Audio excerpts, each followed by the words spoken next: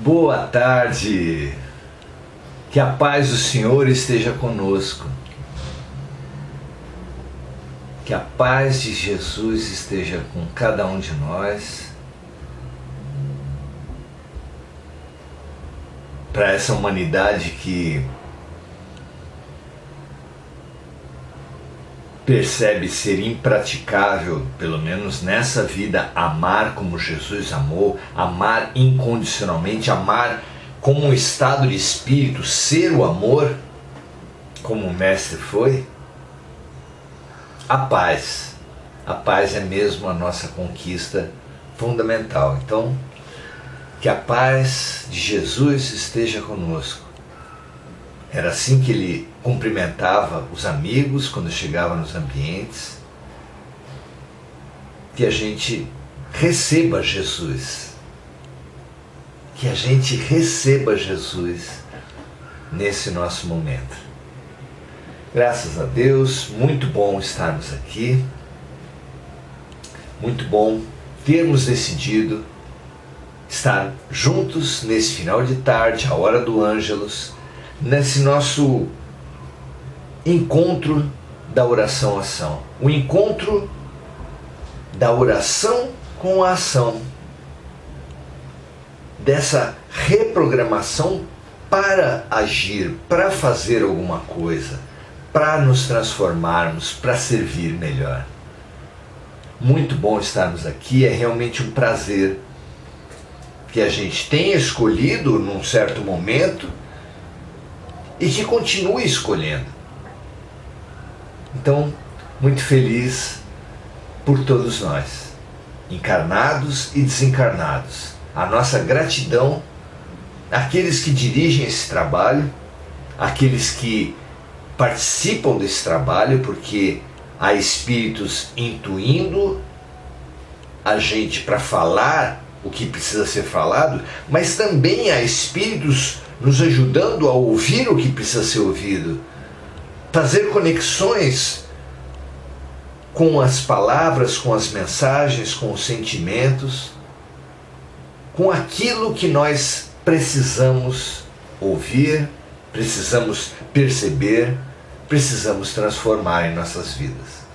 Um trabalho de equipe, um trabalho de amigos, um trabalho de confraternização. Que assim seja, confraternização com Jesus.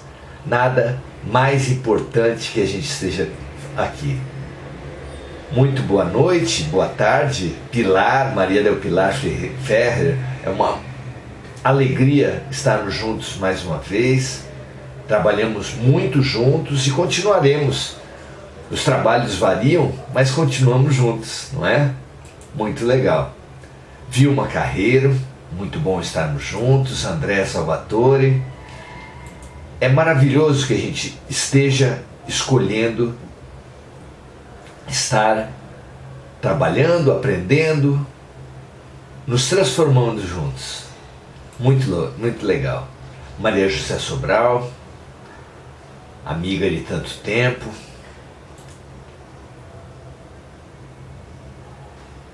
Que a gente continue se acolhendo, se recebendo no fundamental, na essência, porque esses tempos são chamamentos da essência e a gente precisa se encontrar, precisa perceber, precisa arrumar, precisa direcionar nossas vidas para a essência. Há tantas pessoas e tanto tempo nós temos vivido em alguns aspectos, em alguns momentos, em algumas relações, na aparência. É uma alegria conquistarmos dentro dos nossos limites a essência. Muito legal, muito bom. Hoje viemos falar sobre as perdas. Perda é um tema muito importante. Afinal de contas, nós vamos experimentando perdas ao longo da vida, e não poucas perdas, infelizmente. E essa sensação, esse acúmulo das perdas, vai alterando o nosso emocional, a nossa própria maneira de ver e viver o mundo. A amargura toma conta daqueles que sentem ter perdido muito. Ficamos amargos, ficamos tristes, desiludidos, deprimidos, desesperançados. E é claro que esse é um estado de ânimo doentio, é claro que não é uma maneira de viver, mas uma maneira de morrer. Morrer em vida, mas morrer. Morrer vivos. Essa metáfora dos filmes de terror modernos, das séries modernas, dos mortos-vivos, é uma metáfora muito atual. Vemos não apenas nas Cracolândias pessoas que estão com os corpos, com os corações batendo, mas que parecem mortos, mas também por toda parte, independente dos vícios, aqueles que vivem sem esperança, sem alegria, sem otimismo, são mortos-vivos. Fundamental nós nos reconhecermos zumbis, mas zumbis de um tipo muito especial. Nós somos mortos-vivos que podem se transformar em vivos-vivos. Vivos-vivos. E essa transformação é a grande questão. Como fazer com que, diante de tantas perdas, possamos voltar a viver? O que vocês acham? Não é uma bela pergunta? Nós que vivemos tantas perdas, como poderemos voltar a viver?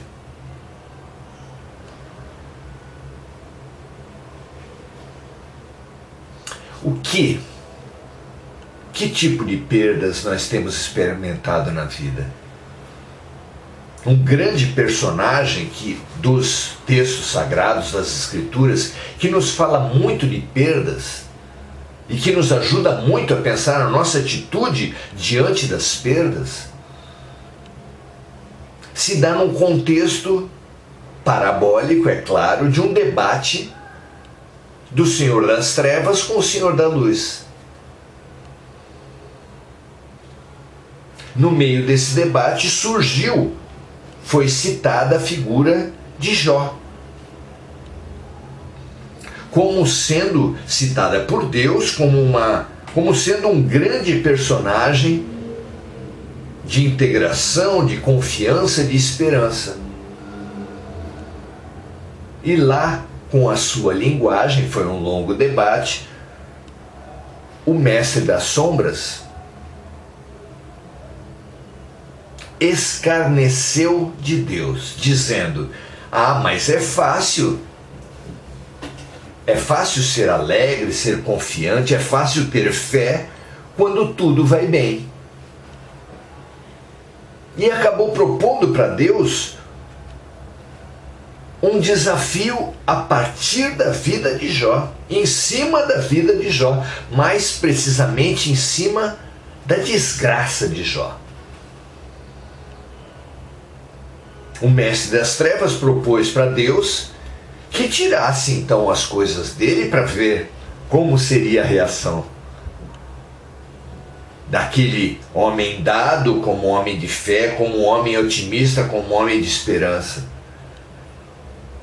Porque é verdade, para praticamente a totalidade de nós, enquanto nós vivemos na abundância de saúde, na abundância de bens, na abundância de amigos, na abundância de alegrias, na abundância de vitalidade, de hormônios, de tudo que simboliza para nós a felicidade, enquanto a gente está na abundância,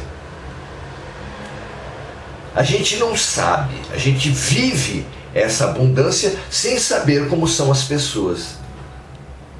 Tem um ditado antigo que fala que na casa que falta pão, todo mundo fala e ninguém tem razão.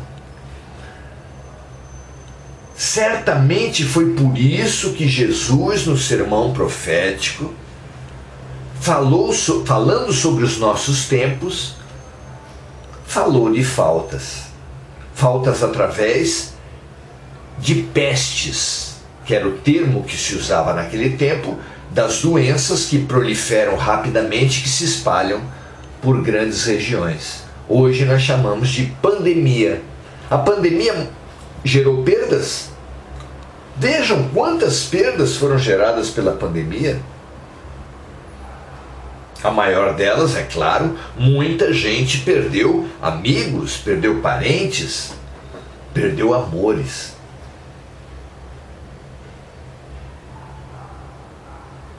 Outros perderam saúde, porque a doença passou para muitos, mas depois da doença ficaram sequelas.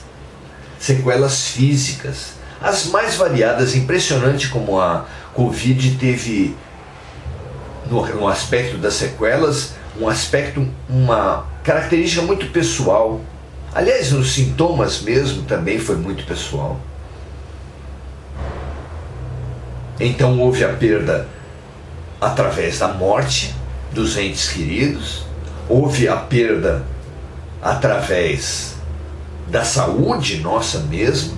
Muitos de nós ficaram, vamos dizer assim, sequelados pela Covid, e a perda de saúde é uma perda importante.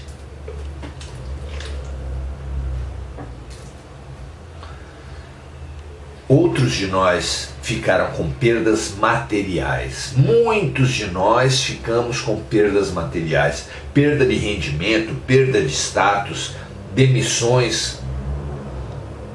Muitas perdas materiais foram geradas pela Covid.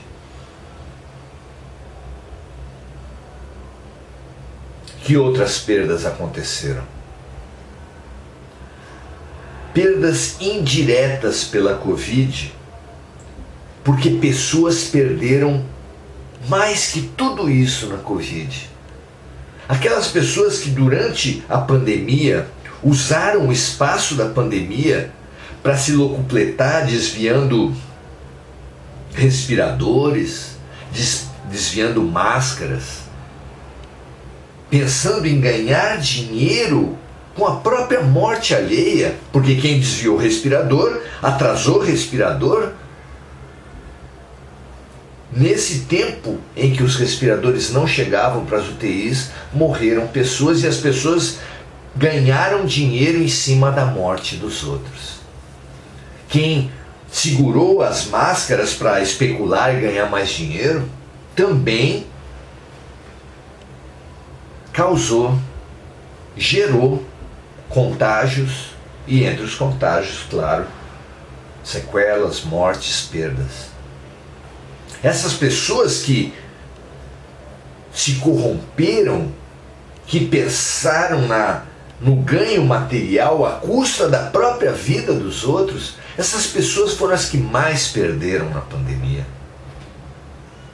Como assim elas mais perderam, se algumas dessas pessoas juntaram milhões por causa desses desvios? Perderam. Perderam mais do que todos. Perderam a paz na consciência. Não há perda maior do que perder a paz na consciência. Esses são os maiores perdedores da Covid. Pois o nosso Jó, que era um homem rico, com família grande, muito bem quisto na família, muito bem quisto na comunidade, com muitos amigos, uma verdadeira unanimidade na sua cidade, todos admiravam muito aquele homem. Ele com muita saúde, com muitos filhos, com muitos parentes, com muitos empreendimentos, muitos empregados, era muito bem quisto na sua cidade. Mas, com aquela aposta entre o Senhor das Trevas e o Senhor da Luz, as coisas se modificaram para Jó. Na nossa comparação, a disputa entre Deus e o demônio se equipara à nossa pandemia, que causou tantas perdas a muitos de nós. O que aconteceu com Jó, o que aconteceu conosco? Vale a pena pensar. Jó então perdeu bens materiais, perdeu todo o dinheiro que tinha. Perdendo dinheiro, perdeu muito da consideração daquelas pessoas que o idolatravam para ter vantagens, para ter posições, para ter benefícios. Então, muitos dos amigos, dos pseudo-amigos dele se afastaram, incluindo parentes que se aproximavam dele por interesse. Quem sabe alguns dos próprios filhos, já pensando na herança. E aquilo causou um isolamento de Jó. Aquele que era tão popular, tão benquisto, tão social, perdeu espaço. E com o aprofundamento das perdas monetárias, ele teve o afastamento de toda a sua família, mesmo dos mais próximos. Ninguém ficou perto de Jó. Até porque, além da perda monetária, ele também perdeu a saúde. E perdendo a saúde, perdeu completamente a capacidade de trabalhar. Gerou ainda maior afastamento da sociedade e se viu sem bens, sem um teto sobre a cabeça, sem saúde, sem a consideração da sua comunidade, da sua própria família, sozinho, desprezado. Esse era o novo Jó. Pois contam as Escrituras que no alto ou no mais fundo das suas perdas, ele agradeceu a Deus. Grato te sou, meu Pai, por haverdes querido testar a teu servo.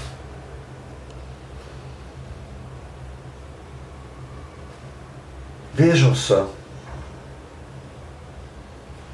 Nós todos fomos testados na pandemia. Nós todos vimos sendo testados e ainda seremos testados. Porque a separação do joio e do trigo não pode ser feita no escuro. A separação dos bodes das ovelhas não pode ser feita no escuro. A separação dos peixes maiores e menores não pode ser feita no escuro. São as figuras usadas por Jesus para falar do fim dos tempos. E a luz que permite saber quem é a crise. É na crise que você sabe quem é realmente seu próximo, quem não é. E mais que isso é muito importante nós pensarmos. Na crise você sabe o que realmente é seu e o que não é. Debrucemos sobre isso, meus amigos. O que é realmente nosso? O dinheiro é nosso, a posição social é nossa. O respeito das pessoas para conosco é nosso. Olhando a vida espiritualmente, você é branco, você é negro, você é homem, você é mulher, você é brasileiro, você é estrangeiro.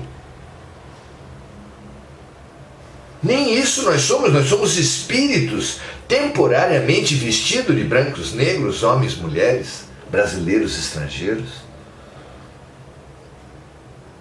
É só uma condição momentânea.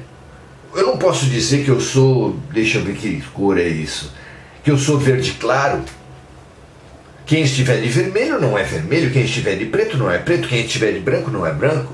São apenas roupagens temporárias.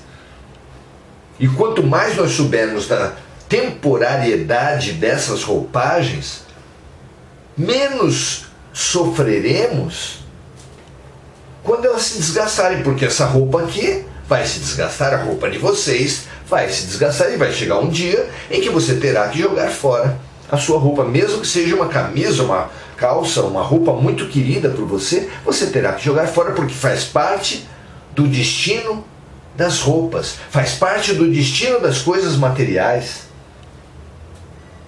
E por isso é tão importante pensar sobre as perdas. Porque sofrerá muito menos ou não sofrerá todo aquele que falar que é destino das coisas agora estar e amanhã não estar.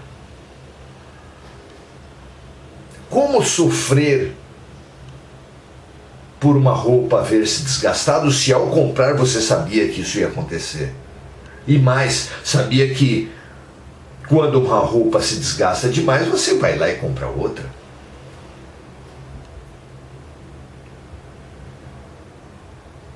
O que somos nós? Quem somos nós? O que define nós? Se não é a raça, se não é a classe, se não é o sexo, se não é a profissão. Porque olhando a vida e olhando a nós mesmos do ponto de vista da eternidade, nós não somos nada disso. Nem mesmo a nossa saúde somos nós, porque a saúde é do corpo. A beleza é do corpo. E todos nós, convenhamos, já fomos mais vigorosos, já fomos mais bonitos, já fomos mais saudáveis, e é do destino que, ano após ano, nós vamos ficando menos vigorosos, menos bonitos. Não é? Quem briga contra o tempo destina-se a perder. Só pode sofrer muitas perdas quem se apegar àquilo que não é ele. Se apegar àquilo que não somos nós, gera, aumenta, multiplica crises, perdas. Vamos à maior das dores, ter um filho falecido. Quem nunca passou por isso, será que pode dizer estar preparado para perder um filho? Quem vocês acham? Pois a respeito dos filhos, talvez a maior das perdas, exceto aquela perda que nós nos referimos dos que desviaram respiradores, que perderam a paz na consciência, essa é a maior. Mas entre as perdas comuns, perder um filho é dado como terrível. Eu não consigo nem imaginar o buraco vazio, a solidão que é gerada dentro de nós. Pois a respeito dessa perda profunda, Khalil Gibran tem uma linda poesia que começa assim: vossos filhos não são vossos filhos.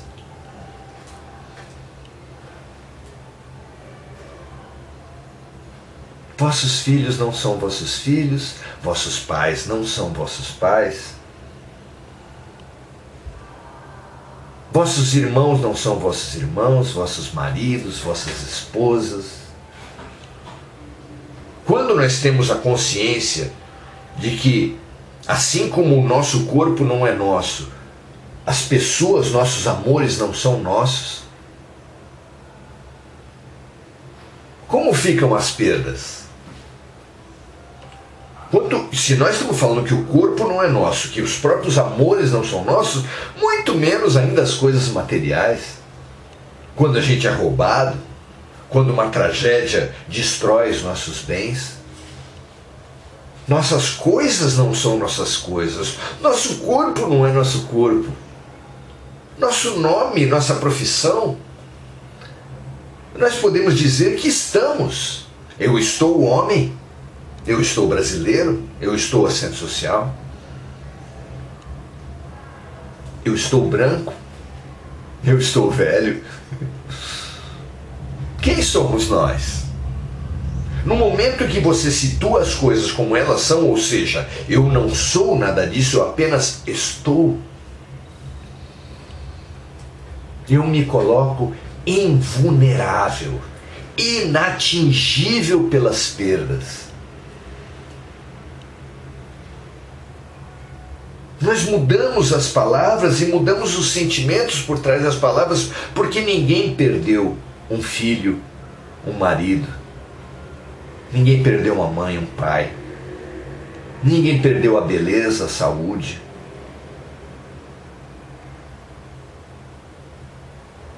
Porque nada disso somos nós. O que nós verdadeiramente somos, simplesmente não está sujeito a perdas. Quando nós nos situamos não nas coisas, nem nos corpos, nem nos átomos, nem nas pessoas que nós não somos, que nós não possuímos, para nos situar naquilo que nós verdadeiramente somos, nós nos tornamos inatingíveis. Vejam, meus amigos, como é importante nos tornarmos inatingíveis para nós que estamos prestes a levar mais chacoalhões coletivos. Como a Covid, outras tragédias virão, porque Jesus falou de pestes, mas falou também de guerras, rumores de guerras. Falou de falsos cristos e falsos profetas, porque nossas próprias religiões, todas as religiões, têm desvios, porque são coordenadas por seres humanos. Inclusive o mais triste desvio, que é a utilização do sagrado para satisfação de taras sexuais. Tem coisa pior que isso? Diante disso, o uso da religião para aferir fortunas, o uso da religião para adquirir impérios midiáticos, o uso da religião para adquirir bancadas parlamentares e poder político, isso é nada. Mas é tudo. Tudo isso são perdas. São perdas que abalam muito as pessoas, mas precisam abalar. Pense, meus amigos. Pense. Não é à toa que uma pessoa, quando é assaltada e perde coisas muito importantes, ela fala: estou roubada. Porque uma pessoa se sente menos, se sente roubada, se sente diminuída, se sente usurpada quando a vida lhe tira bens materiais. Porque ela se identificou com aqueles bens materiais. Por que nós nos deprimimos quando estamos doentes? Porque nós nos identificamos com o nosso corpo. Por que nós nos deprimimos quando os nossos entes queridos falecem? Se nós de antemão sabíamos que todos os que têm corpos falecem. Por que então nos deprimimos? Porque nos identificamos com eles, porque nos deixamos embriagar com esse pensamento de que eles eram nossos. Claro que não são. Assim como uma mãe não pode lamentar um pai, não pode lamentar o filho ir para o exterior para fazer turismo, para fazer carreira. Saudade é outra coisa. Saudade é patrimônio. Mas nos deprimir, perder a esperança, perder o otimismo, por quê? Se os nossos filhos não são nossos filhos. Nada nós podemos perder. Tudo o que é realmente importante é imperdível. Tudo o que é realmente importante, tudo o que realmente somos nós é imperdível. Se o seu filho faleceu, o amor entre vocês é imperdível.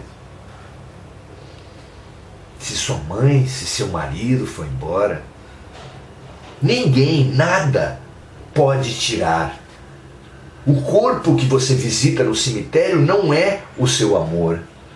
Pergunte ao seu coração se o seu amor acabou, como as nossas tristes palavras falam, finados. O seu amor finou-se? Pergunte ao seu coração. Certamente ele lhe dirá não. Certamente ele situará em algum lugar muito especial o seu ente querido, no seu coração. Lá, ninguém, nada pode tirá-lo.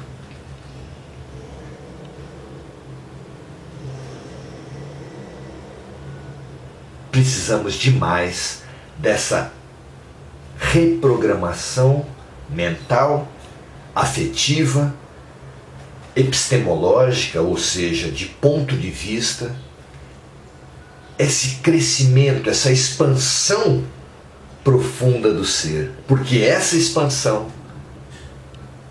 vai modificar tudo na nossa vida. Não apenas o que passou, não apenas o que nós vivemos, mas o que passou, o que nós vivemos e o que nós viveremos.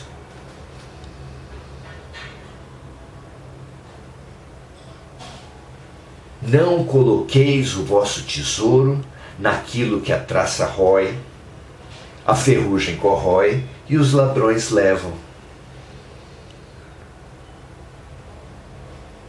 Colocai as vossas vidas, o vosso olhar, a vossa perspectiva naquilo que é eterno. E nada, nem ninguém poderão diminuí-lo, deprimi-lo, desesperançá-lo, tirar-lhe o otimismo,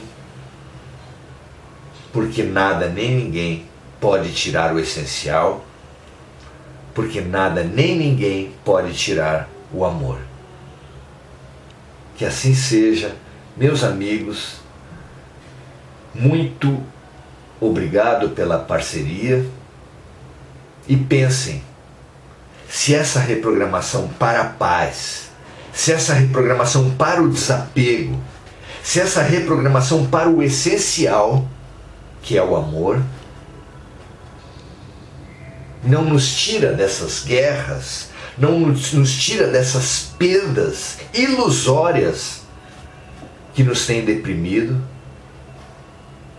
para nos situar apenas no eterno, onde somos inatingíveis na nossa essência, para nos situar no amor, onde nada, nem ninguém pode nos diminuir, pode nos fazer perder. Graças a Deus, muito alegre de estarmos aqui. Compartilhe esse momento, se você entende que outros iludidos na perda também precisam se reprogramar para o amor. Um grande abraço, muito feliz por estarmos juntos. Amanhã, 18 horas, estaremos também. Vamos nos reprogramar para Jesus, com Jesus, para o amor. Um grande abraço, até a próxima.